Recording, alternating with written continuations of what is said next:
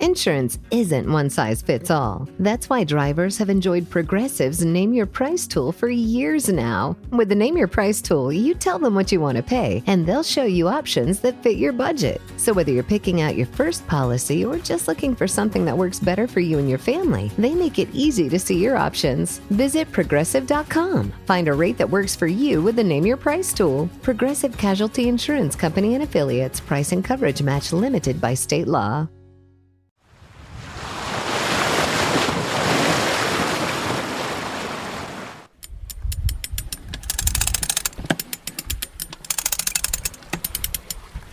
More sail, cried the sparrow.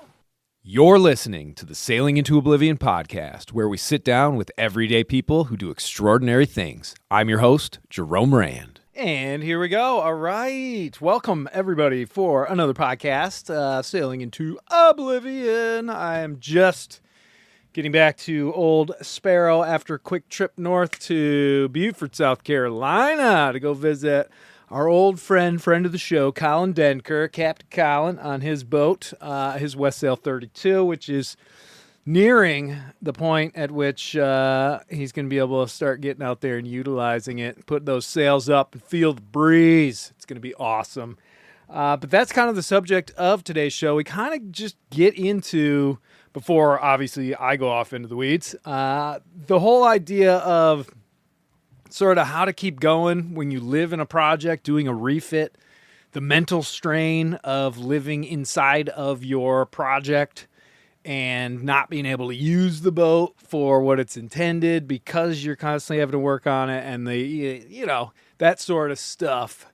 I think it's pretty interesting to talk about because I've done a multitude of smaller ones. I've done one or two gigantic refits on the old Mighty Sparrow, and yeah, I don't know. It's tough if you're a boat owner, or if you're a boat owner and you've done your own work on the boat, you know exactly what we're talking about. And if you are not a boat owner, it's definitely something worth noting, especially if you're shopping around and you're looking at project boats versus boats that are kind of turnkey. So definitely worth the information. Colin's always great because he shares a ton, and he's just really forthright about everything that he's going through, both mentally and physically. So always a pleasure to get up there and hang out with him. So super, super cool.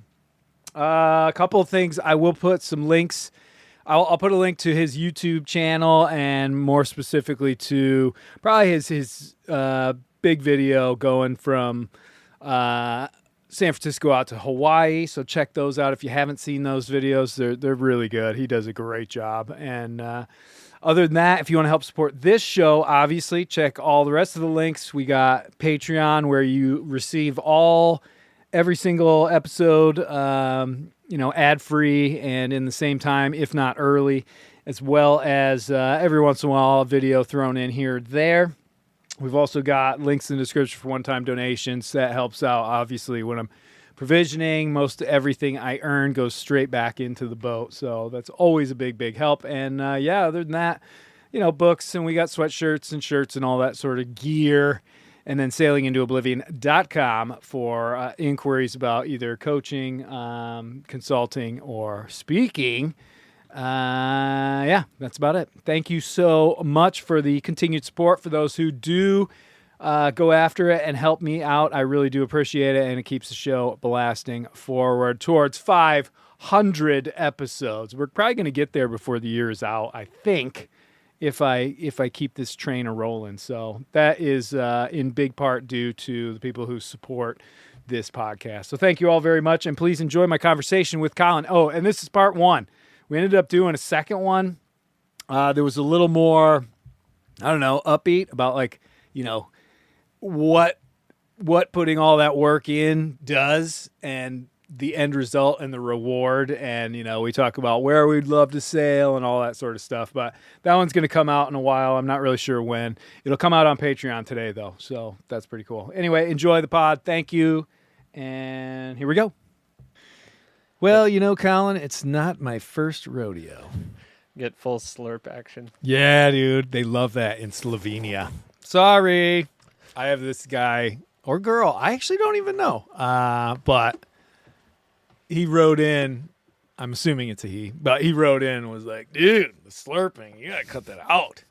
And he gave like a donation too, I believe. And so I tried for a long time, but then I also started getting word back from other people that were like, "Dude, where's the coffee slurp?" Yourself included. Yeah, I think I was the first person to publicly. Pro I like the pro slurps. slurp. Yeah, well, Are we going? we are going. Okay. Yeah, I like to sneak in the record button, and that way there's no buildup. Right. We're already through it. We have through the wall.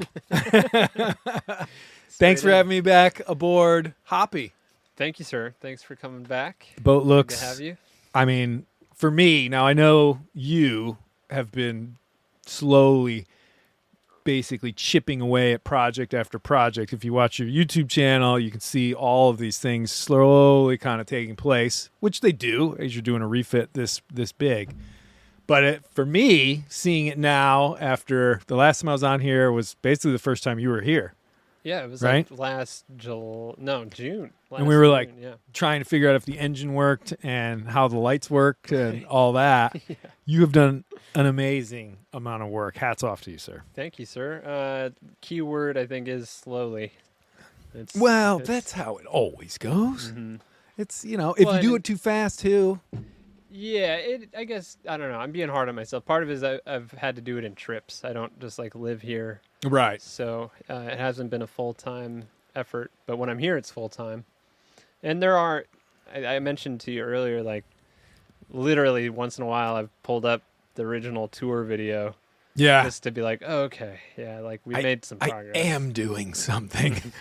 Well, because you do. You get a bit lost. Now, and that's kind of the subject that I was hoping we'd be able to dive into, is that idea of, you're doing these major projects. It's kind of the side of sailing that, at least for people who don't have boats or have never owned a boat and are at least, kind of watching. Now, I know, granted, on YouTube and stuff, there are a lot of yard period boat project videos and such like that, but those are just snippets, and in real life these things take time and effort, and they take a lot of self-motivation as well, because it's not like you have somebody out there being like, all right, today you're gonna I wish you did. yeah, right. Yeah, I kind of wish I had like a taskmaster, because that's one of the hardest things. It's a uniquely, at least in my life and the things I've done, Yeah.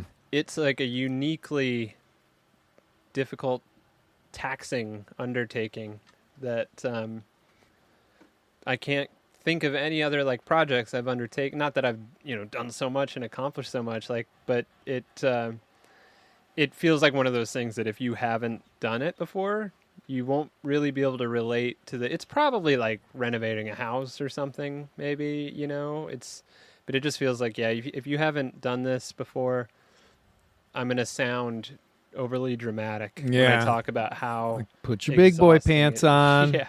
Welcome to life.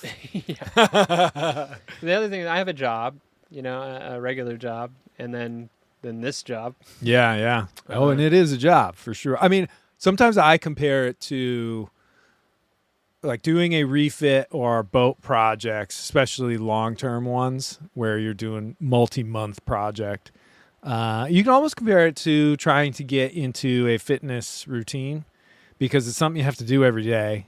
It's not necessarily fun, and it takes a lot of energy, and it takes you, and here's the, I think, essential part comparison is that it takes you to decide to do it, because Lord knows in this day and age, there are a million distractions, Oh yeah. which, you could just be like, it's a little cold outside for the run. I mean, that's what I said this morning. Yeah. I was like, it's pretty cold out there. Yeah, it was what, 63? Oh, Lord.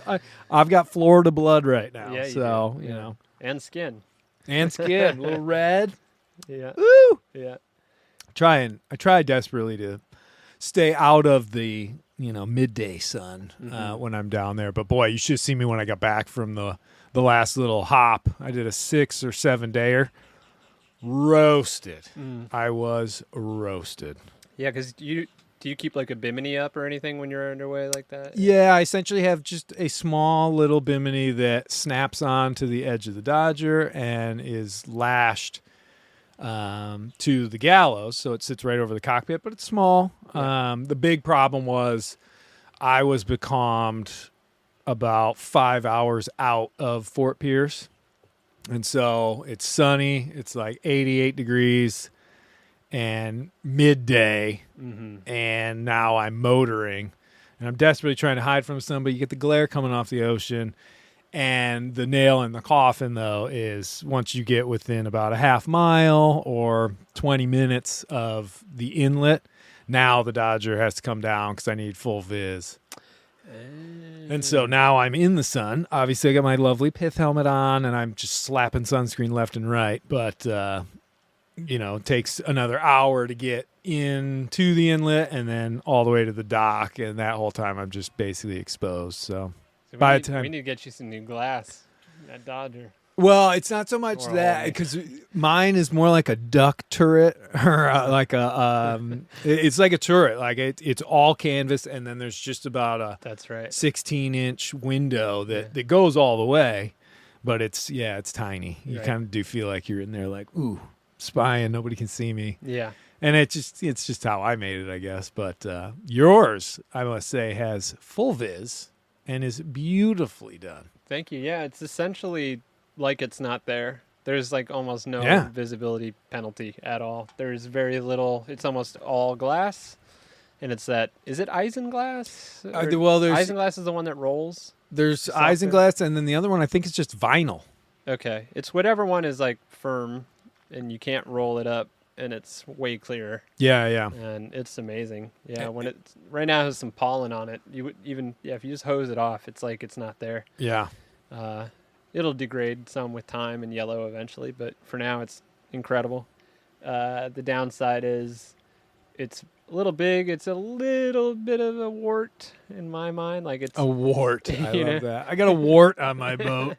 yeah, it's not super sleek or anything, but it's improved from where it was before. I think the old one was bigger and boxier. Well, I mean, yeah, you've done a whole, and that's just one of the refits essentially, but you had this hard top sort of fixed bimini, and I can't even remember, was there a Dodger underneath that? There was. Okay. Yeah, it was like a massive hard top, which was cool, and I felt bad. I gave it to someone, but I just felt bad because it clearly took a lot of work. It was really well done. Yeah. But it was so big and heavy and bulky and but it did have panels that slid into the little tracks. Right. And then it was. Well, they're definitely, there's a huge benefit for something like that. Obviously, you can put solar panels on top of it. I think that one I even stood on a few times. You did. It was that It strong. made a crunching sound. Might have, maybe. I'm not too That sure. was funny. You went to climb up in it, and I was like, "Can you stand on it?" And you're like, "Yeah, no problem." I remember I did this the last time. Yeah, but it is. I do think that the size of the West Sail cockpit and the configuration lends itself a little bit better, especially with the gallows, to just a little roll-up bimini that it's easy to stow. It's easy to. That's a big one for me. Is I really like looking at the clouds. I love looking at the stars. Yeah. The bimini is just me battling the sun when I'm out on the ocean. But as soon as, like, one of my favorite times of day is when that sun gets within about an hour of sunset, is rolling that bimini back. And if I can as well, the conditions, I'll fold the Dodger down. And then I'm just like on an open day sailor, 500 miles out into the ocean. And I've got full view of the prettiest sky in the world. I love it. Yeah, I'm always a little jealous when I see a boat without a Dodger. I'm just like, okay, you haven't screwed up the lines. You didn't pay thousands of dollars for this thing.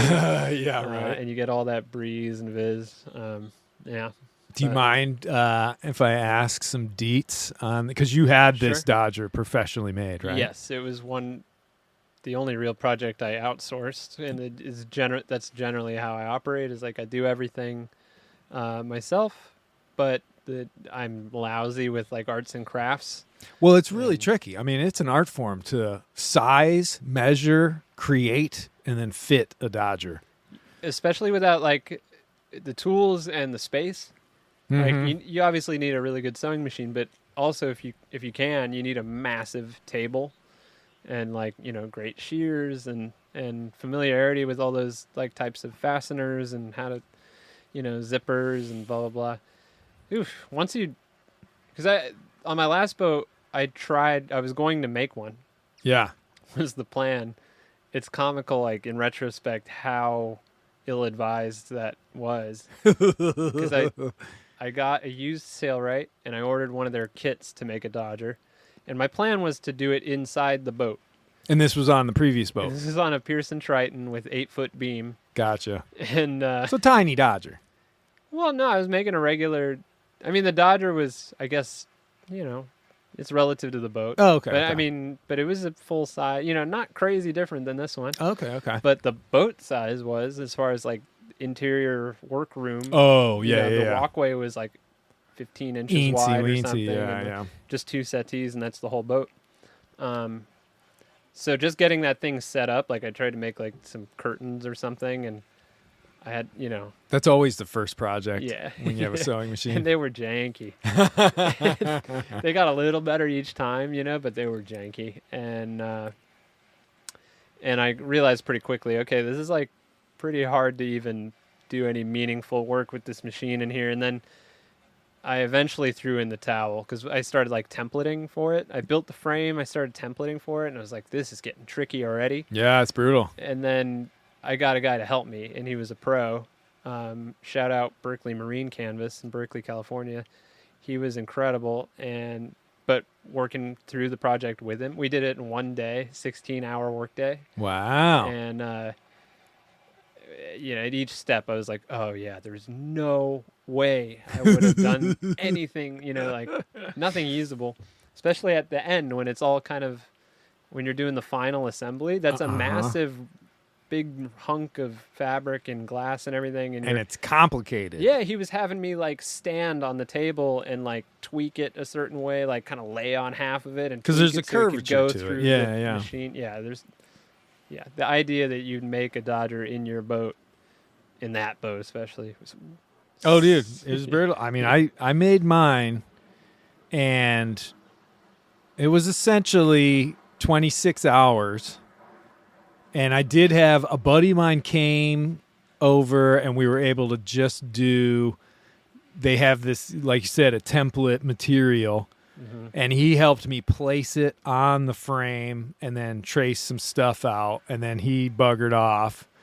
And, it was me, like a 4-pack of Red Bull, a little bit of vodka, I'm not going to lie, and 26 hours. And I just was constantly watching the videos to sort of step by step do it. But it was one of those things where when I started it, it started to get so complicated that I knew that if I stopped before it was finished, I wouldn't be able to pick it back up. Yeah. So I just kept going, and I went through the night and into the next day. And then, it's not by any means as precise or as symmetrical or as beautiful as the one you have. But it has stood the test of time. Yeah. Knockdown after knockdown. It's been ripped off a few times and still there. And it's pretty simple, right? It's like one panel, one window, I should say. Yeah. Right? Yeah, mine's just no zippers or anything. One piece. Yeah, once you start getting multiple panels, I couldn't even imagine. Glass, yeah, it's crazy. Well, and I'll tell you what, though. I shout out to Pax and Amy over there on their adventure in the Bahamas. Currently, right now, Pax, friend of the show. Amy's been on the show, too. They bought a Sailrite and redid their Dodger. They redid everything. And, I mean, I would have never known it was not professionally done. And they self-taught. Wow, they were just impressive. On top of it. Something fierce. I was so jealous. But yeah, you got to pick your battles, I guess. Yeah. My hat's off to those types of people. Yeah, I was very happy to outsource that project, and I probably will always I don't think I'm ever gonna. Do you still have a sail right? No, That one went with the boat, right? No, I sold it before I left the Bay Area. I sold it to a friend, gave him a good deal on it. Oh, okay, nice. And I'm tempted to be like, hey, are you using that? Do you want to sell? But I think it'd be crazy to ship it across the country. Yeah, they weigh like Heavy. 60 pounds or something like Yeah, that. it'd probably be a lot to ship it. But I'd like to have another one. There's random projects that and now I have room to keep one. Yeah. Well, that's the beauty of a wet sail, man. You got a lot of storage around this joint. Yeah, it could go right here. Yeah. It's like kind of where yours is, right? Yeah, pretty much. And it's one of those where I used to keep it up in the forward berth, and my biggest concern was because it's such a heavy thing and it's in this big box, if it ever came loose, it'd be like what do they call it when a cannon would get I was loose? about to say A loose cannonball. cannon. A loose cannon, yeah. I mean, that has like an actual meaning of like if a cannon on a big ship came loose from its lashings and stuff, it could punch a hole in the ship and sink it. Oh yeah. And that's where, like, if you get some crazy person, it's like, dude, you're a loose cannon, bro. You're going to sink this ship. Okay. So I always was worried about that. But I think now where I have it like lashed down to some anchor points. And then it's squeezed in. Mm-hmm. And then I put an old sleeping bag in a bag and I jam that on top. So it's so wedged in that even when I am getting like just absolutely throttled by the waves, it doesn't seem to move at all. But yeah, 70 pounds shooting across the thing. Yeah, no bueno. Yeah, not fun at all. But That's a challenge. Well, it's a Cadillac problem, to have on this boat for me is I'm not used to on the smaller boat stowing things for being underway was really easy. There was no room for anything to rattle. It's like a game of Tetris, really. Stuff rattles, right? Yeah. But I could pack every compartment. There weren't a lot of open facing compartments, but even all the compartments, they were all just packed. Yeah, Stuff and everything was wedged in. And this boat, I look around and I'm like, man, if I were underway, right, like to get ready to convert this from dockside to ocean sailing, take a little bit. it'd take like half a day of like reorganizing everything. And when the viewer or the listeners can't see, but if you look around, there's just stuff that one This boat is a mess, everybody. It's a mess. One moment of like healing and there would just be a cacophony of noise down here. But and that's definitely just part of it especially when you're in kind of refit project mode, which is I find to be one of the I think it's just like a mental challenge that I find when I'm trying to do this is that you're living inside of a project. Yep. How have you found that mentally, that you have to have all these tools out and you might have a project and there's sawdust and it's just this constant thing. So your boat is not nice and clean and everything's put away. Yeah. It's draining for me. It's absolutely horrible. I have a lot to say on the topic because I have found some like tips and tricks, that have kind of made life easier in that regard. For one, like I'm scatterbrained. I've been told I have ADHD, but I think everybody kind of qualifies for that one.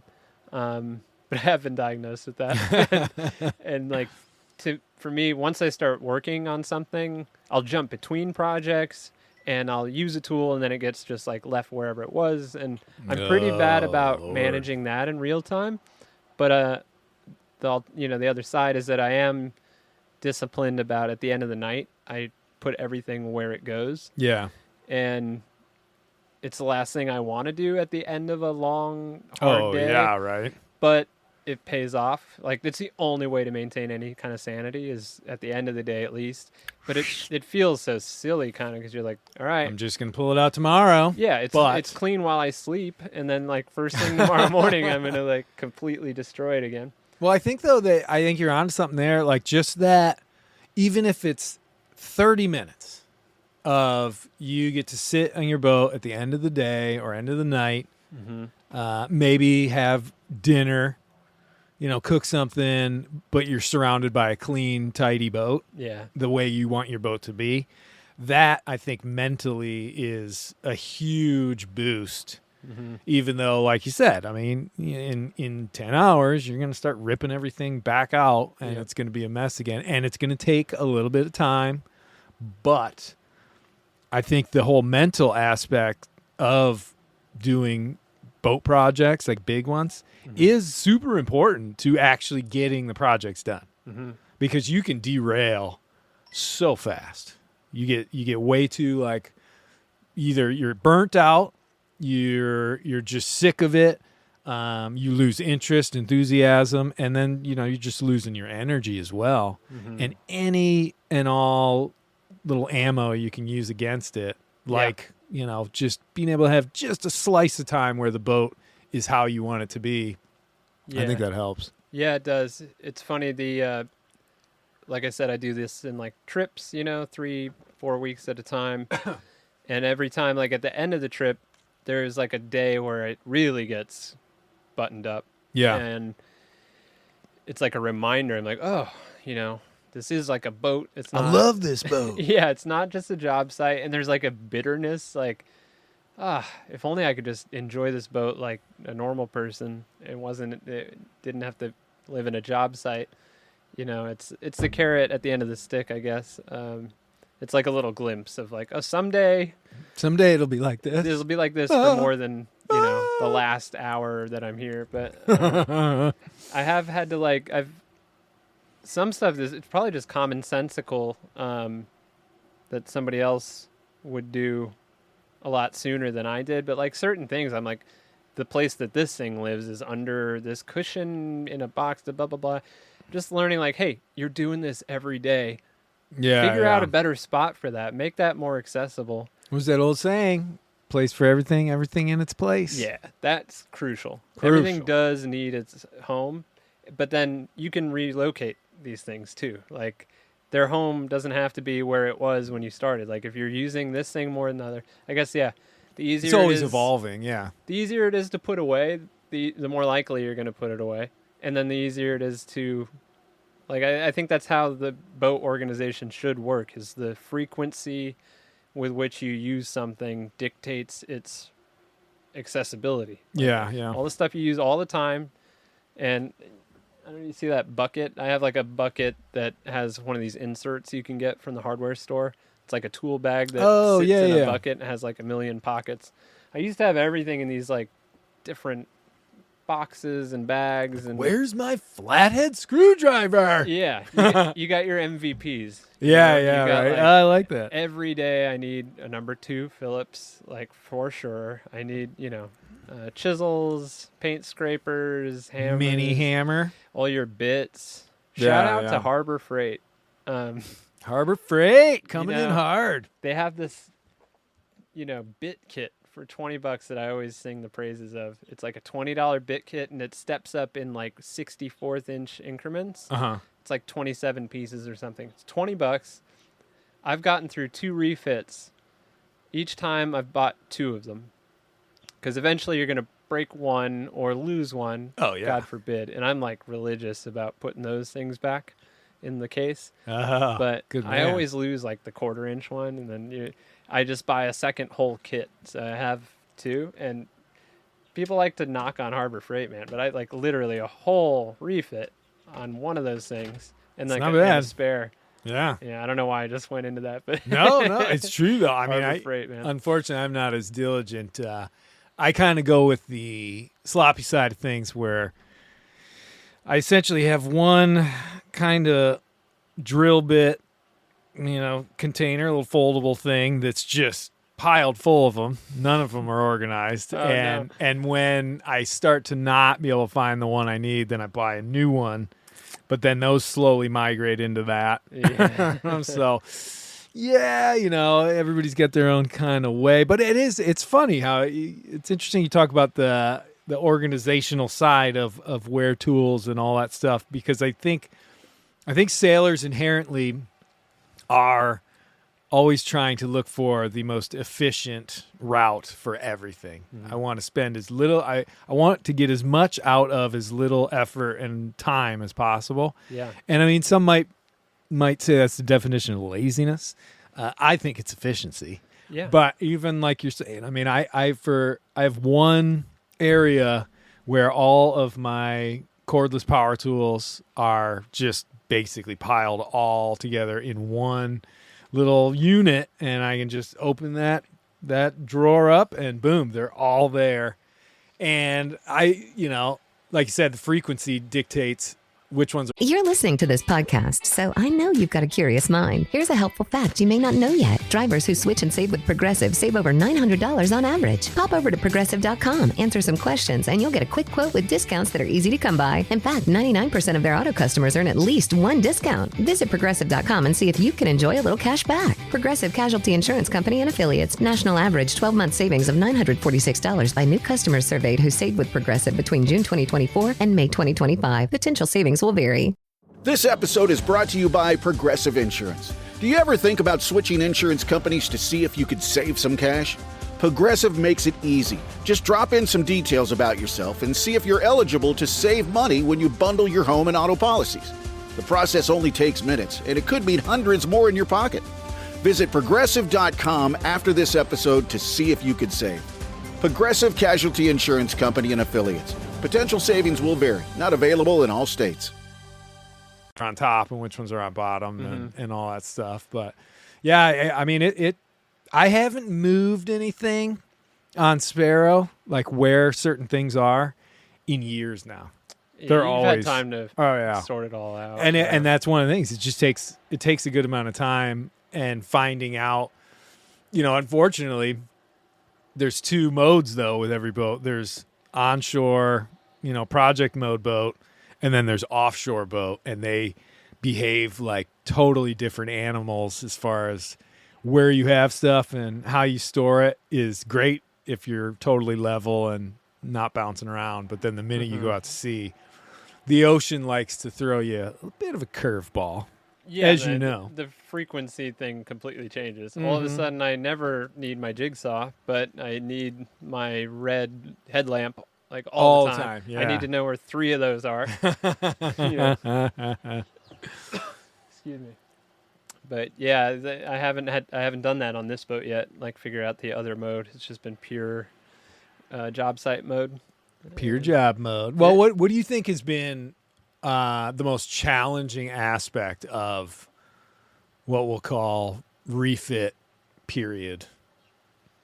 Just the whole thing, whether it's a specific thing you've been trying to refit or if it's an aspect of the boat is being refit and this part is just so difficult to overcome constantly.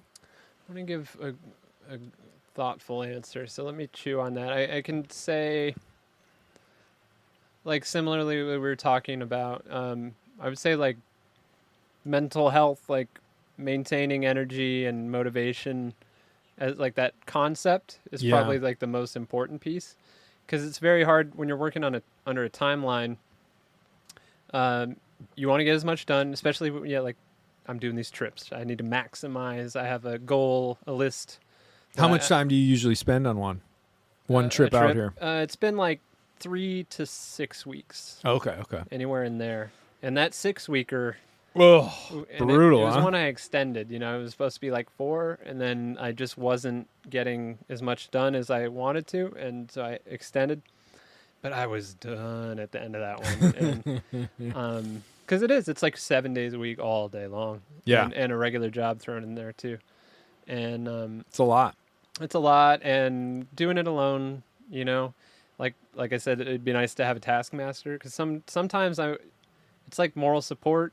Yeah. I had a friend come out and help me for a few days once, and just not having the luxury of like kicking up my feet, because he's like, "Hey, what are we doing now?" Yeah, exactly. Okay, well now we're gonna do this. Well, and his whenever I've brought somebody in to give me a hand, even for a day or something like that, it's they have an enthusiasm Yeah, they're that fresh. comes with it because they're fresh. Yeah. And they know they're leaving on Sunday. You know. Well, There's- that's true. yeah. Yeah, And they're exactly. not paying for everything that comes up. You know, and But yeah, you wouldn't ever, or at least in my experience, I wouldn't want to have somebody show up and me being like, I don't know what we're gonna do. I mean, we could do this, or but no, it's more like, all right, here's the list we're trying to bang out because I kind of want to look like I know what I'm doing, right. and that I'm like highly motivated. And it's interesting how just adding somebody else there can all of a sudden up the game where you're like, oh, okay, I gotta get my stuff together here. Let's do this.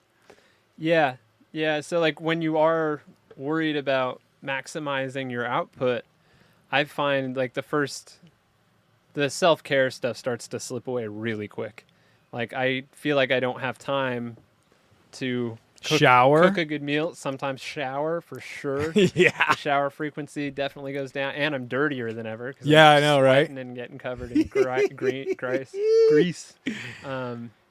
So yeah, that stuff starts to slip away. You feel guilty for like taking an evening off to watch a movie or something, when in fact, over the long haul, like that's the smart play sometimes, because Yeah, it's a just marathon. You got to disconnect a little. yeah.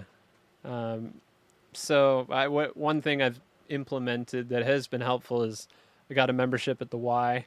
Shout out the YMCA too, because that was a huge help in Berkeley, and it is here. I really like the steam room, Yeah. the sauna, Oh. and a membership's cheap, and you don't get locked into these long things. So if there's ever a Y near where you're refitting or stuck somewhere on the dock, like I'm a huge proponent, because I'll roll in there, and often the showers are more pleasant than the marina, and like mix that with a little steam room sesh, and then go get a decent bite, and that is really helpful for me.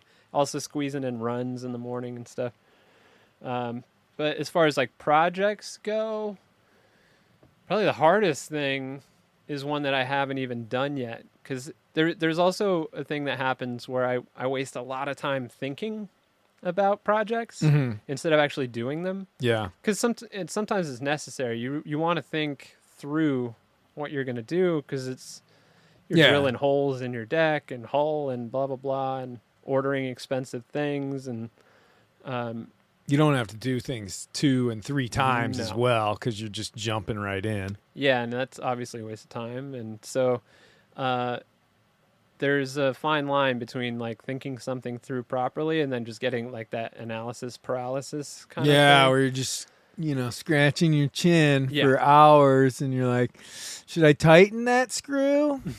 I've put so the project in question is the windlass, right? And I haven't installed Yeah. it yet. It's just sitting on the deck, and I probably have 12 hours into that in terms of Thinking it. researching it and thinking it, and like as far even think like going to Home Depot and getting like a scrap piece of wood to test a theory about, I could build a riser, it would be this high, how would the angle of the chain to the bow roller be now, and literally just like you said, like scratching your chin, just staring at something. I've got to have, and even what size chain am I going to end up with? So what gypsy should I order? Where's the best price? And all those hours before you even touch the thing. And mine in particular is tricky because I'm upgrading from a manual windlass that is old and tired and slipping and all this stuff, and going to an electric windlass. The problem is I have the wires for an electric windlass are supposed to come out the bottom and go straight through the deck. Yeah, and you got a I have a stainless steel bowsprit. that it's going to sit on. So a lot of these hours I mentioned are sitting there thinking, how can I get this to work? Should I weld in a pipe into the stainless bowsprit for the cables to pass through? Cut a hole in it and weld in a pipe. That's one option. The other You option, just do one hole in the top, one hole in the side, and have them just come in and out. I mean, that's heavy duty stainless. yeah, I mean, that's a question. Is it strong enough that you can cut holes like that? Because the cables are thick, and there's 3 Yeah. of them. Like you're probably talking a 1.5-inch hole. Oh, okay, yeah, that's a little. That's pretty big. Yeah. Maybe you could. But again, that's something I'd sit there and just stare at it and think for like 90 minutes. Oh, jeez. Do you do that? And then, you got to put them through a gland off to the side. Right. There's a hole in the deck. Or I thought for a while, I saw one guy with a similar problem. His was wooden, but he didn't want to drill through his wooden bowsprit. So he built this complicated 3-layer riser that provided like a channel for the wires to come out and exit off the side. Oh, okay, yeah. And then through a gland. And then I even thought about putting it like mid foredeck behind the bowsprit on it would have to be a massive riser to get high enough for the chain to have a good angle. Yeah. Well, and that takes up deck space. So yeah, and then you got the chain coming through your foredeck in the V-berth. And I thought, okay. Yeah. I have a piece of PVC back there because I got to the point where I was really thinking about that and thought, all right, I'm going to run a PVC tube through the V-berth. Oh, what a can of worms, dude. It's going to pass through. And the good thing is the weight is going aft. The chain's going to sit lower and further aft. Yeah. So there's all these benefits, but then there's these drawbacks. Yeah. Do you want to commit to that? I could see how you could definitely get analysis paralysis. Yeah. From something that, with that many different aspects to, you could choose to do it this way, that way. And that is so how are you trying to fight that? Oh, fight the whole problem, or just fight that analysis against paralysis? Against being because I could see how that could you could basically be stuck on that for a long, long time. You could, and I forget 12 hours. I'm talking weeks. I mean, I don't have the answers because I'm losing that battle in a lot of respects. Eventually, you got to do something. Yeah. Just choose one. Well, and I got a friend in town that does that sort of work, and he was pretty to him it didn't seem like a big deal. He's like, oh yeah, we cut a hole in that and weld in a pipe, and we can make a plate for it to sit on, and no big deal. Well, I'll give you my take on it because luckily, I have no skin in the game. Right. I mean, I might have to hear about it later when it didn't work, but you were asking. What is your take? I don't know. I'd have to go look at it. Oh, okay. But no, I definitely hear you. When I was doing the turtle box for my little companionway hatch, so when you go down on a boat, for the listeners, you have to slide open this hatch so you can get down below, and that goes into a little wooden case. Well, the wood underneath the teak had rotted and warped, and I couldn't open it anymore. Yeah. So obviously I had to do something about that. Take it apart, and it's all just coming to pieces. And before I actually took it apart, once I unscrewed it and sort of saw what was going on, I had to sit and think okay, either I rip this thing apart and then I deal with the consequences and have to rebuild it, or I try and figure out a way to manage with it now until I get to a place like a boatyard or something like that where I can really tear it apart. Yeah. Because when I'm in a marina, I always try and be as respectful, I guess, of all the other people that live aboard and everything. And it depends on the marina. Sometimes that's not the situation. Nobody cares at all. Mm-hmm. But I'm one who doesn't like to whip out the table saw, so to speak, at 9 a.m. But anyway, so I'm looking at it, and I felt the paralysis coming. Yeah. And I felt the draw of anything else. Anything else. Yeah. And just leave this and, figure it out later. And so I essentially just grabbed hold of it and I ripped it up. I was like, I know that if I do this, I will fix this. Right. There's no going back once I peel this layer of teak off. And so I just grabbed it and I peeled. Yeah. And it helped. It was one of those where it's kind of like the Band-Aid, I guess. Yep. Just pull it off. And then the real scratch in my chin came when I was trying to figure out, oh, shoot, I can't get all the materials that I want here in Fort Pierce, Florida easily. I wanted marine ply, but I could only get it in an 8-foot by 4-foot sheet. Right. Which not only was super expensive, but, I don't have a car down there or anything. And I only needed a 2x2. Yeah. So long story short, I made do with what I could, and now it's rebuilt. at least for the interim. I that was kind of the nice one, is that with that specific project, I realized that I was going to have to get new teak, get a new baseboard for it. So it's going to have a full rebuild, but that will necessitate being in a place where I can get all the materials. So that at least toned it down a little, where I was like, okay, I don't have to do this thing perfect. I just need to make it functional. Right. And so, I don't know, that lessened it, the severity of it a little bit. Because I think sometimes, in my experience, I want to make something perfect and do it for the last time. And I have to always remember that these are boats. And there is no last time. No matter how they've designed boats. Yeah, well, it's like where they put engines and stuff. It's like they think that this engine's going to last 1,000 years and never need to be, fixed. So they slide it into the tiniest little crevice on a boat, so that you're just like, oh, I have to take everything apart just to get to this one thing. Well, if you realize that when you're going through projects where you're like, well, I'm going to do the best job I possibly can, but it doesn't need to be absolutely 1,000% perfect, because eventually it's going to have to be replaced anyway. It's, I don't know. It kind of takes a little bit of the pressure off, because I do every once in a while find that I'm trying to make something more perfect than it needs to be. Yeah. If that makes any sense. That's a great point. Great strategy. And I have applied that in a few areas where I'm like, okay, you're in the weeds here. What's the minimum that needs to happen for this to be functional on your, this season? Yeah. Can you get through a season and then address this when you're not mid full refit and you're on to the secondary projects and you have a little bit more breathing room and time? Is there a different angle here where you can kind of squeak by? Like we were talking earlier, I'm having issues scheduling a haul out, finding a place you can do your own work. And the solution might be, I don't have to haul out. Yeah, right. Maybe I clean the bottom and I just don't have great bottom paint until later this summer, where I get somewhere else that I can do it.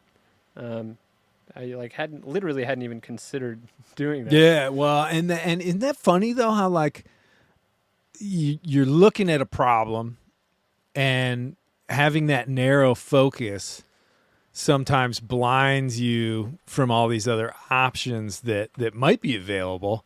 But it's like you desperate. I think it comes when I'm doing that. It's for me wanting it to be a certain way, and I'm only seeing how to get it to that exact point, and not considering that there might be these whole other workarounds that you can just flip-flop over to, and then suddenly it's like, oh, dude, I don't have to do that. I can do this one. And I think, and I'm sure you probably have some examples of it. This was something I kind of learned out at sea, because when you're out there on the open ocean and something breaks and you need to fix it, obviously you can't just sit there forever and be like, there's water coming in that hole. How am I going to actually, fix that? And so you have to kind of do it so that for the rest of that trip, it's going to be bulletproof. Yeah. And that's where, definitely it doesn't have to be perfect came into play. And that was something I kind of brought back. When you're sailed out to Hawaii, I'm sure some stuff just totally shat the bed, as they say. No, nothing did, because I do such good work. Oh, it's the perfect sail. Whoa, never heard that before. Jeez. No, I'm half joking. So 3 things broke within the first half hour. Oh, okay. And then nothing else. Oh, broke. yeah. Wasn't there something? I'm trying to think back to that video, which was great, by the way. I broke the GPS off its bracket. Yeah, that's right. You hadn't even reached the Golden Gate, right? No. I was within minutes. I was taking on water. The non-skid deck stuff in the cockpit started slipping around. The tiller pin for the autopilot came out, and I broke the GPS. All within literally maybe 20 minutes. Yeah. But after that, man, no, nothing. Good to go. Yeah. Which is funny because you always hear stuff's gonna break, and so far my experience is so limited. But it's always been like right after a refit, and so everything kind of is new. Yeah, And yeah. I probably got lucky, but last time none of the serious stuff. Like I didn't have any failures. But yeah, that rigidity, that rigid thinking, is a problem. I heard the greatest quote that I'll butcher recently. It was something like, it was about offshore sailing, and it was like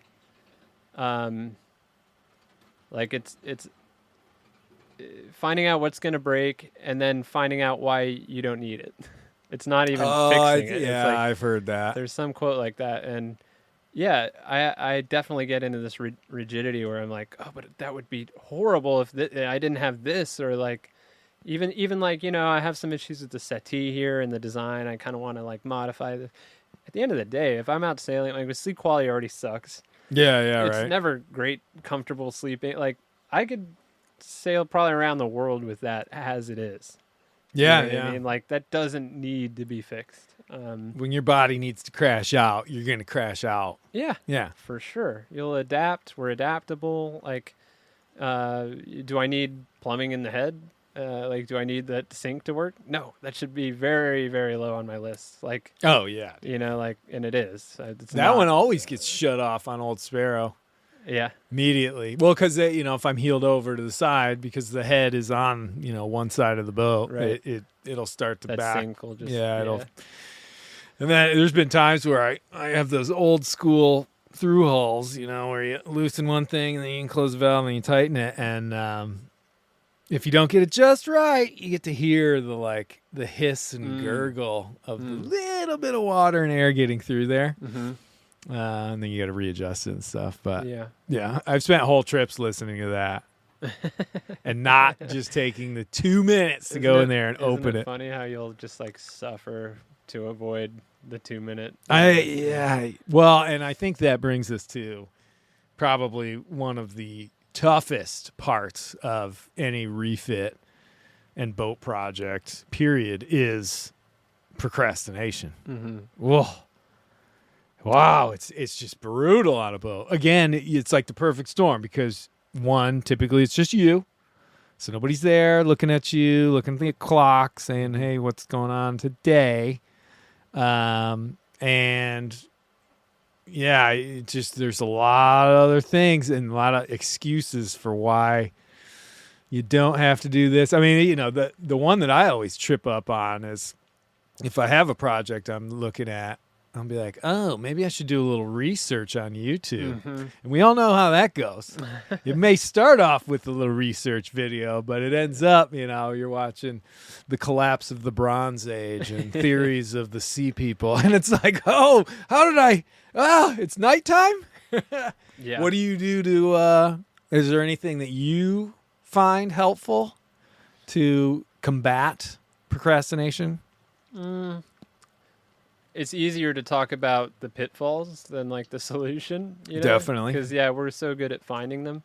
And kind of back to what we were saying earlier, as far as you can do things that you can trick yourself into thinking you're not procrastinating. Yeah. When it is another form of it. Easily. Like that, the research thing. Oh, well, I really need to research this first. Or like the overthinking problem, or the ordering things. Sometimes like that feels like it shouldn't count on my to-do list and my done list. I keep a done list, which I'll give you a glance of because it's wild. Yeah. Well, didn't you shared some list on your last video? Oh, did you see that? Yeah. Yeah. There you go. Oh my gosh. Look at that. That's the done. If you go to the top. Oh, it's that's like the start of done. the Nice That's work, all done. man. It's a really long list. And then, Future, final. Woo! so what do I do to combat it? Well, I would say this is a perfect example, though. The list. I mean, usually mine is a list of things that have not been done. Right. And all the things that have been completed, there's just a line through it. Mm-hmm. I use this ancient technology called pencil and paper. Yeah. Well, so instead of a phone, but that's okay. This is a motivating tool sometimes too. Is just like look at what you've actually done. Like, Yeah. you're not a piece of, because I have a pretty strong internal like sense of like I need to accomplish things to feel like I've justified my existence like every day. Well, productivity equals positivity, I think, in the mind. Yeah, I believe. it can have a toxic, right, when you take it so far as to not take care of yourself, in important ways. But like, yeah, dude, like that's just built into me. Maybe it's the German blood or but like even when I'm not refitting a boat, I every day feel guilty if I'm not being productive. Right. And so that is a good driver. The other thing is the to-do list. There's two sides of this coin. One is like if you're on in a crunch time-wise, you need to organize, like you need to separate the essentials from the, would be nice kind of category. Oh, definitely. There has to be But- some serious prioritization. Yeah. But once you have those two buckets, like sometimes I'll poo-poo the idea of working on a particular project because something else feels more important. Mm-hmm. But if they are both must-dos, then it doesn't matter what you're working on. Yeah. As long as you're working on it. So even if it seems inconsequential, like before I leave, I need to have my lee cloth attached, right? Right. Feels like a nothing burger compared to like the windlass. Yeah. But if in the moment I decide I don't have it in me right now to stare at that windlass anymore, I'm going to do the lee cloth, even though I'm more than a month out. Mm-hmm. It's still something that needs to happen before you leave. Yeah, And yeah. so, like- you're still chipping away. Yeah, so that's a strategy I use a lot, is like just look at your list. You don't have to think your way into what's important and not. Just look at the list, find anything that's on your needs to happen list, and start doing it. Well, and you had mentioned earlier like low-hanging fruit, Mm-hmm. which, I think sometimes that can be considered kind of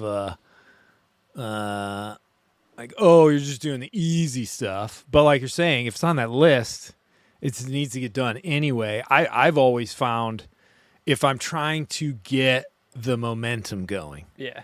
that is the way I look for the loose screw for my little reading lamp. Mm-hmm. And yeah, it bugs me that the thing is wobbly and loose. Okay, get a screwdriver, tighten that sucker up, and then all of a sudden that's checked off and it's on my to-do list. So I get that rah moment of crossing it out. I love that. Mm-hmm. That's always when I open that notebook up and I'm like, sync.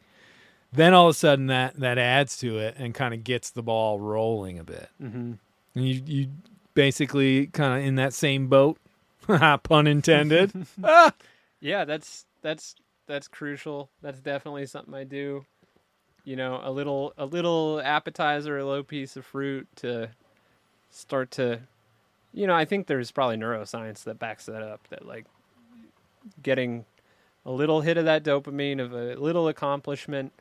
Because I feel like I have these big pushes of productivity. Yeah. It's like inaction leads to inaction, but then like you accomplish one thing, you figure something out, and you get this rejuvenation, you get this like renewed energy, and you're like, okay, now I want to tackle more. Like what else? Right. What else can I? I did one lower.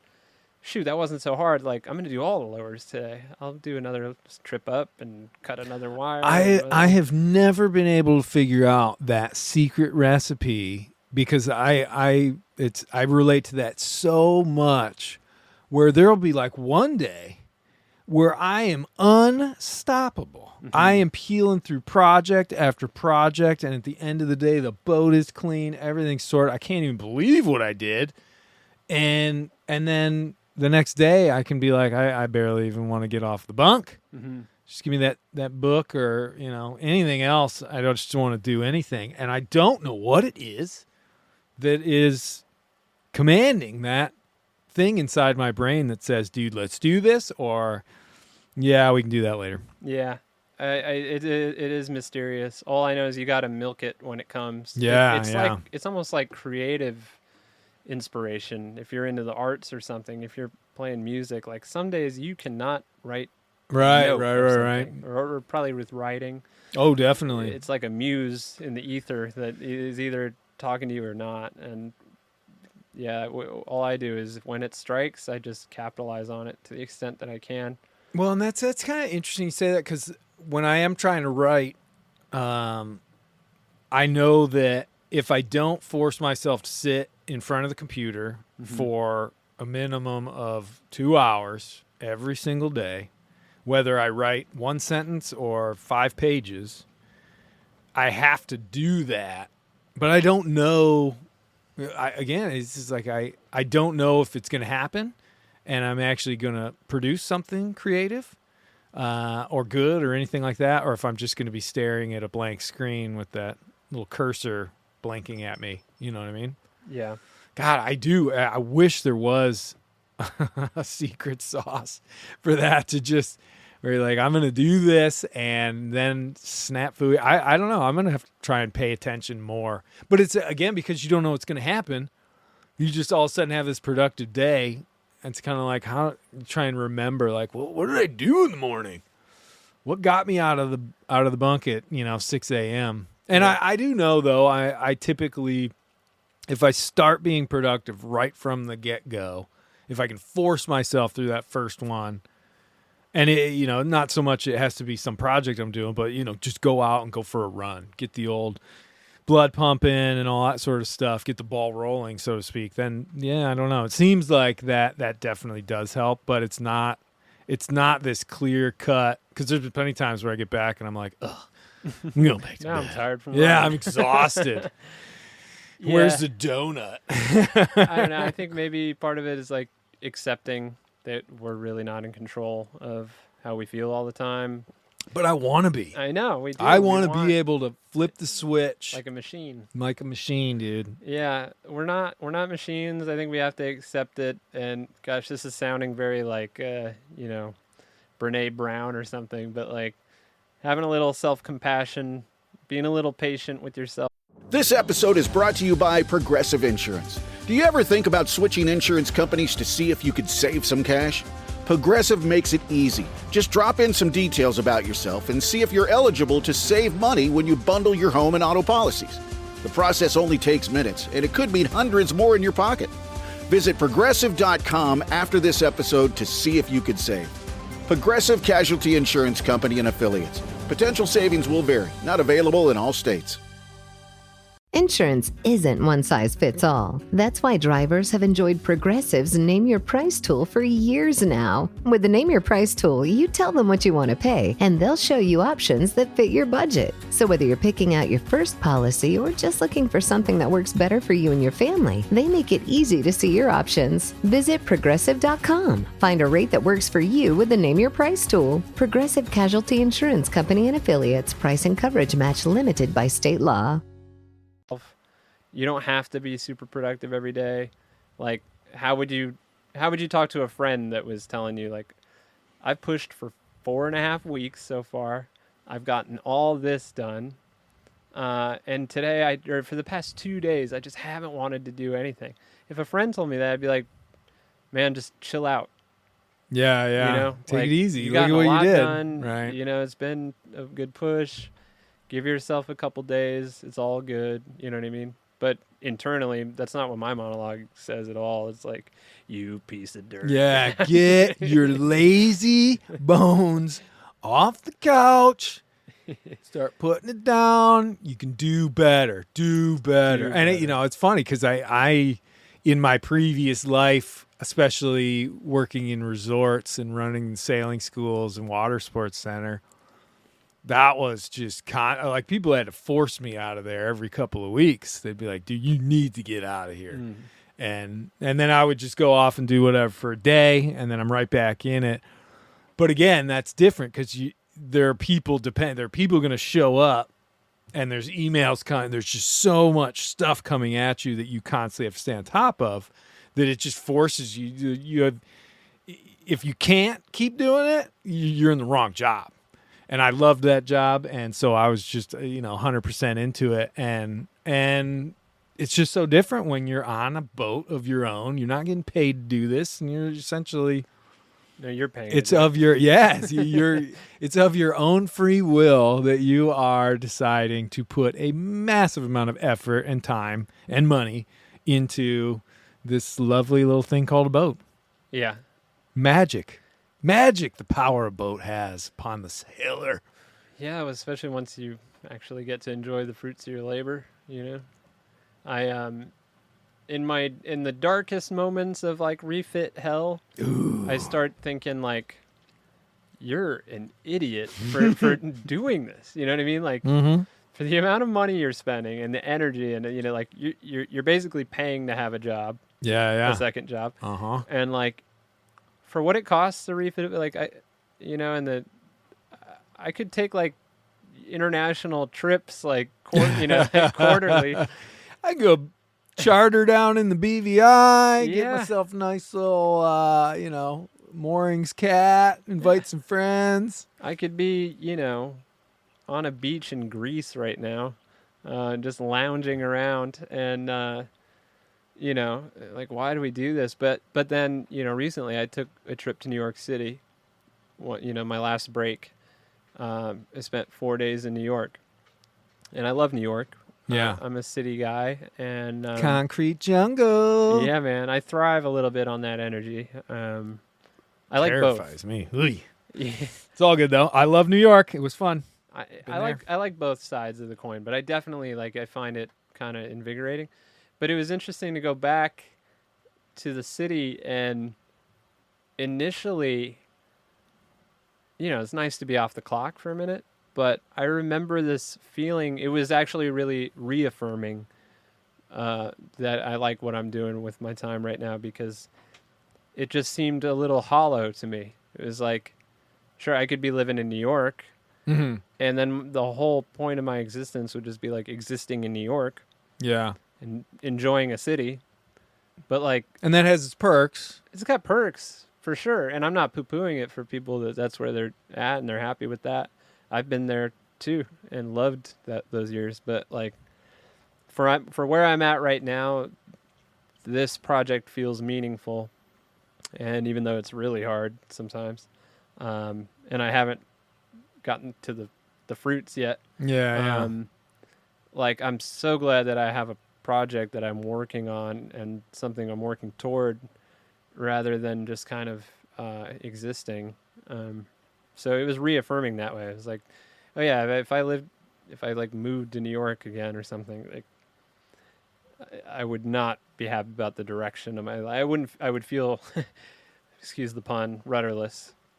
Oh, good one. Nice one. Good pun. Yeah. Well, I definitely hear you there. And I think that's part of the reason that we do put so much time, so much effort into our vessels, is that, there is this thing on the horizon, and sometimes it's just an idea. Sometimes it's a dream. Sometimes it becomes a reality. But I know that there's plenty of times where I'm sanding away or painting or taping or doing an oil change or any number of things on the boat, routine maintenance. And, sometimes I just kind of picture myself out there on the open ocean, perfect 12 knot beam reach, sails up, music on, sun setting, stars coming out, and I'm 500 miles away from anything, and it's the world's mine, and that sort of snaps me back into okay, that's coming, as long as I keep going, and that's my reward. I'm not getting a paycheck, but I am getting that, which I think in some respect is better. So I don't know. That's like a luxury that comes with experience, because you've done a refit before, you've done all that work, and then you've enjoyed it. Yeah, and you know what you're working like. My first refit, I had never sailed offshore, and I was getting the boat ready for that, and so I didn't have that mental image. Oh, you just had fantasy land. It's all yeah, exactly, and so you don't have that to consider. And there's a lot of people that do this. They've never been offshore. They have the dream. They see the YouTube. They buy the old boat, and they have to go through this stuff. Yeah. And they don't have that experience to remember, think back on and kind of remember why they're doing it. It's just a fantasy. And similarly, like I know that I've felt like this before, and felt like I was never going to finish. Yeah, Refit. yeah, right. And I did. Eventually. It does. Yeah. You do finish if you keep putting one foot in front of the other. And I know there were projects that I thought I couldn't figure out, and did figure out. And so that like kind of self-efficacy, that like belief that you can do things and that your actions have results. Yeah. Having been around the block a little bit is super valuable. It does. Well, and I don't know if there is one other aspect of it when it comes to the amount of work and time and effort, and also trying to do the job well, is that there is always that threat or idea or reality that there's going to be a time where this boat's going to have to save your life. Because we are venturing, those of us who go out, out of sight of land, you're venturing into a world that you cannot live in without the vessel. Yeah. And so keeps you honest. Keeps you real honest. Yeah. You cut corners. I mean, there have been times where, I've been like, well, like I should replace this, but it should be fine. And then, it's just that so happens that's the trip that you go through a nasty gale.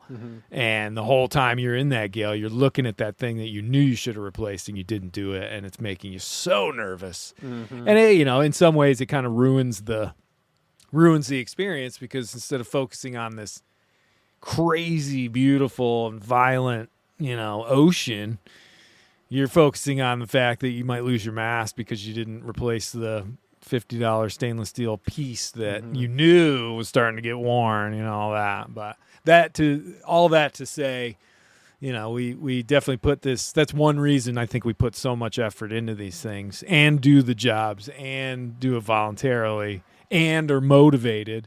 You want to motivate yourself to do a quality job on a boat. Go look at some Force 10 footage on the ocean, and you might be like, oh, let's get back to work, everybody. You know what I mean? Yeah. Or pull out the wallet, maybe spring for that part. Yeah, 100%, man. So a lot of time you're paying for peace of mind. Like when it came with the chain plates on this boat, I've learned that they were original to the boat. They didn't look that bad to me at all from the outside. Yeah, they look great. They looked fine. But I know that they're really, really old. And I know myself, and I know that getting caught out in a gale, had I not at least inspected them, removed and that would be on my mind the entire time. And that was motivating enough to pull them off. And I cleaned them up, and I thought, they actually look pretty good. But there were varying opinions. I asked for some opinions. And all it took was one knowledgeable person to say, I would replace them. Really? Yeah. Whoa. And I was like, all right, I'm replacing them. Because, again, that's going to keep me up at night. Like, was it something that they saw on the thing? Just a little of the pitting or something? Yeah, there's some pitting around the hole. And they said, get rid of it. Usually they happen at the hole. That's what you got to look for. And there's some pitting here. And I said, I'd replace them. I see. It's kind of funny we brought this topic up because that was one of my projects that I was supposed to do while the boat was hauled out in Maine last fall. Was inspect all the chain plates, and I didn't do it. And then I left and went through a pretty gnarly gale to the point where, hand steering and all that sort of stuff. Although I must say, when I was in that gale, I wasn't really thinking too much about the chain plates. No, I was like in awe because I was, cutting across the Gulf Stream, and the waves when you're in that situation they just take on this whole different beast, really, and you just can't take your eyes off of them. Because you see these just big random breakers that are thunderous. So I was distracted, but it does make me think now going forward. When I do get back up there, that's going to be a top priority. I need to replace the lowers too. They're the ones I went around the world with. Crazy. Yeah, dude. Well, it's one of those where when I talk to riggers, they're like, dude, it's not so much about the mileage, it's about how old they are. and they're Really? getting I heard the opposite. really yeah. Well, See, both, you know, I don't know. well, it's one where I've replaced everything else on there, but the lowers are made out of a different type of wire it's still spun, but it's flattened on the outsides. Huh. So it's like little I don't know. But when the riggers up there, they were like, dude, those are the super strong ones. I was like, sweet, man. And they're like, yeah, 10 years. That's usually when you want to replace them. And I'm getting to 10 years now. Okay. I'm at 10 years this fall.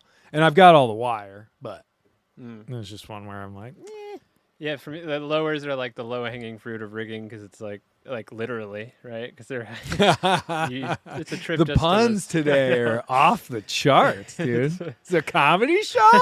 But I love it. yeah, I mean that quick trip up to the, it's like 5 steps up to there, and Yeah, you don't even have to do anything. Like, you don't have to tie off halyards. No, You just basically You can take ease both. the turnbuckle. you could almost take all 4 of them down in one go. Oh, you and, totally could. yeah, especially if you have runners, you just tie those off. Sure. Oh, yeah, dude. Yeah. No, super easy. People seem to overthink, I think, what you can. Like, if you've ever stepped a mast, and then, it doesn't just fall over without all the rigging cinched down. Yeah. Oh, like, you you only know. need 3 points, Yeah. pretty much. Yeah. I've motored my boat with, super loose. It was like, okay, the forestay is kind of snug.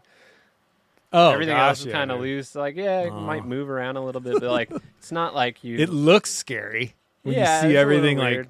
Underway. it's flexing weird. and moving. You're like, whoa. But a lot of people will tell you, oh, if you're going to take a lower off, make sure you tie some ropes around the spreader. Well, it does. I guess caveat. It does depend on how the mast is stepped. If it deck stepped, what other sort of shrouds you have. Because every boat is different. I don't want anybody to think they can just go up there, because I've seen that where, in the boatyard, people are like, oh, I'm going to help the yard guys out. I'm going to get ahead of the game, and they go and disconnect all the shrouds, and then their mast falls down. Right. And Yeah, you're yeah. like, dude. And it's like, oh, sorry, I didn't think it would do that. Yeah, there's a limit. But I've gotten advice in the past that made me really nervous about undoing things, and then I've just with experience realized, you can get away with a little bit more than you think, maybe. Oh, you definitely do. I always hate, though, if I have to take the forestay down to get it lifted out of the water,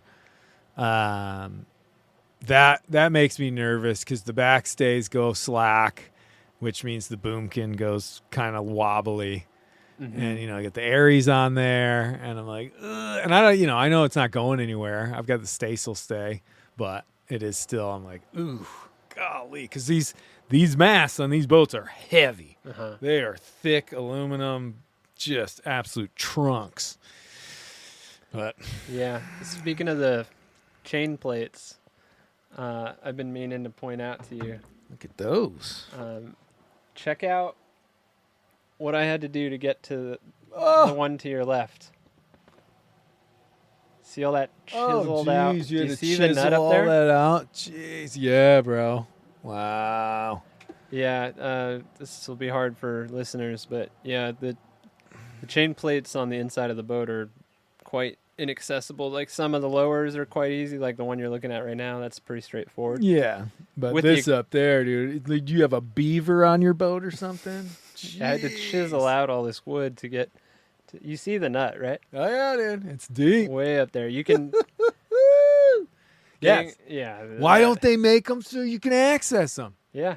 Well, I- this wood too. Again, this is a little esoteric. Maybe this isn't that interesting for listeners, but you can see now Yeah. why I can't access the inside of my bulwarks. Right. That right. wood runs along the entire joint, Yeah. stem to stern, so it's there's no access. Rip it out, dude. Rip it out. Yeah, I wish I could. I think it might be structural, like supporting the deck. No. No? I there's nothing there on my boat. Yeah, There's but I don't just know a how hollow, you're- and you can just reach up in there, Gotta find go. all the spiders. Well, and most, I think, West sails are like that. There's like a minority that have this and this little setup. and people never seem to believe it. Well, Like, you got I these talked like to- mini bulkheads and stuff. Well, anyway, yeah, I'll tell you what. This is more of a off the pod probably discussion because Right. nobody can see. But Right. dude, we're well past an hour. Thank Okay. you so much. I think if anything, just sharing the experience of trying to be able to push your way through these projects and keep going and I don't know if we shedded any real light on it, but I know that anybody and everybody who's got a boat or is even thinking about getting a boat, this is good knowledge, good things to either help them while they're doing it or at least make them aware that this is something that will be in their future. yeah, it's a reality. But I think I'd like to close with the idea that too, I'm a little self-conscious about sounding like, I'm having a pity party. No, because- you're definitely not. Well, but I just think I do have to remind myself, like, dude, a lot of people's like, there are billions of people without access to drinking water. You know what I mean? Yeah, And right. I'm down because I'm like, Your yacht is My- so hard to work Yeah. on. yeah, I gotta remember keep things, in perspective. Perspective, So- no, for sure. Well, hey, you know what? I'll tell you one thing. When I watched your last video, I don't like it when you apologize for not putting more videos out. Oh, You don't need to You do don't like that. that? Don't apologize to me. I every time I see a new video come out from Colin Denker, I'm like, sweet, jump right in, and it's worth the wait, man. oh, thanks, man. Yeah, I really do like them. And you can apologize all you want, but you shouldn't. Well, Shouldn't have to. Yeah, I mean, I would like to, give people more to chew on and stuff. But given this whole conversation, I think it's pretty clear why adding on filming all of this work and editing brutal. Oh, it's a lot. Some people do it and they're really consistent, and my hat's off to those people. Like, that's super impressive to me. If you can manage a refit And do it, yeah. keep up with all the content stuff. Yeah, I mean, I think I don't even think if there was like a real decent paycheck in it, I would still sign myself up for it. Because what little joy, and I shouldn't say that, what joy I do get out of working on Mighty Sparrow, and I do get plenty of joy. I mean, like I said, we've been talking a lot about the downside of it all, but there's also a lot of positives that come out of it. Hard day's work, you see the finished product, all that sort of stuff. But it is, it's one of those things where, shoot, I don't even know where I was going with that. Dang it. That's a great way to end the show. I don't even know where I was going with that. No, I think it's one of the things. No, I know what I was saying. I sometimes just want to do the work. I just want to do the work. I want to enjoy or try to enjoy the work. And I know that if I'm sitting there pausing and changing angles with a little selfie stick and a camera and all that sort of stuff, it's just not the same. I don't want to say it cheapens it. I don't want to say anything detrimental because I know a lot of people do it, and I've done it in the past as well. But yeah, it's just something where if I'm working on the boat, I want to be in that moment. And if I'm doing some video, I'm going to do that on a separate thing, I guess. Yeah. Yeah. Not to mention like the momentum drag of like Oh yeah. Dude. when you we were talking about capitalizing on the energy. Yeah. Being like, okay, right now I really want to do this, and the wrench is right here, and oh wait, I got to set up the camera. Like, Right. I've gotten lazier and lazier when I'm like, nope, I'm just keeping on. I'm Yeah. just I gonna didn't roll. film, that would have been baby. YouTube gold. I didn't film any of that. Oh my gosh, chiseling. yeah, just sweating and chopping. All right, Denker, thank you so much. Any shout outs for anything? Nope. All right, I'm going to add a link, at least in the description, to your YouTube channel, because if you haven't seen it yet, you definitely want to check it out. Fantastic stuff over there, and I appreciate you coming on the show, dude. Thank you, Jerome. Thank you. If you like the show, please take a moment to rate, review, and subscribe. It really does help the show to grow. Thank you for listening.